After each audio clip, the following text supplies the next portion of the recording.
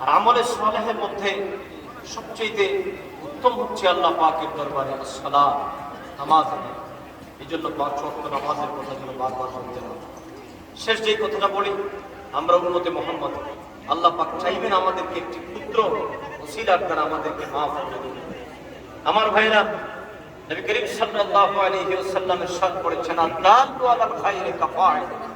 কোন ব্যক্তি যদি ভালো কাজ নাও করতে পারে, সমাজের মেম্বার, চেয়ারম্যান, সমাজের বয়োজ্যেষ্ঠ ব্যক্তি যদি কোনো ভালো কাজের জন্য কাউকে ইন্সপায়ার্ড করে, তারগীব প্রদান করে, ইন্সপিরেশন দেয়, তারগীব দেয়, উৎসাহ প্রদান করে, বা তাকে যদি নির্দেশ করে, আদাল্লু আলাল খায়র, যে তুমি ভালো কাজটা করো, একটা মাহফিল করো, ভাই এখানের মধ্যে আলেমদেরকে এনে একটু বক্তৃতার ব্যবস্থা করো, কোরআন হাদিসের কথা বলবে, এরকম ভালো কাজের নির্দেশ যেই ব্যক্তি দিবে সেও সমান সওয়াব।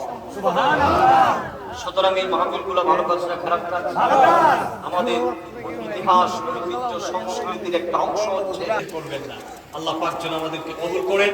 আল্লাহ জাল্লা শানুহু আম্মা নাওয়ালহু, তিনি যেন তার হাবিবের আজমত মর্যাদা আমাদেরকে বুঝার, বুকে ধারণ করার, ঈমান ও আমলে জিন্দেগি যেন আমাদেরকে গঠন করার তৌফিক দান করেন। সবাই করেন আল্লাহুম্মা আমিন। আপনারা অনেকেই যদি সিলেটে যান, আমি সিলেট রেলওয়ে স্টেশন হাজী সিফাতুল্লাহ জামে মসজিদে শুক্রবারে নামাজ পড়াই। অনেকের সাথে দেখা হয়, সিলেটে গেলে আপনাদেরকেও দাওয়াত দিলাম, যাবেন। সেখানে একটা মাদ্রাসা করেছি, আর আমি নিজেও চাকরি করি একটি ফাজিল মাদ্রাসায়। আর স্টেশনে একটা সুন্নি মাদ্রাসা আমরা করেছি, যেখানে স্বাধীনতার পর থেকে আহলুস সুন্নাত ওয়াল জামাতের নাম নেওয়ার মতো কোনো লোক তৈরি হয় নাই।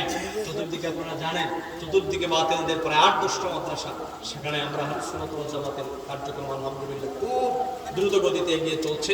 আপনারা সিলেটে গেলে যাবেন, আমার মাদ্রাসা দেখে আসবেন, বা আমার মসজিদও যাবেন। আল্লাহ পাক যেন কবুল করেন। যারা আমার ভাই হাজী, নাম কি? কি হাজী দোয়া চেয়েছে?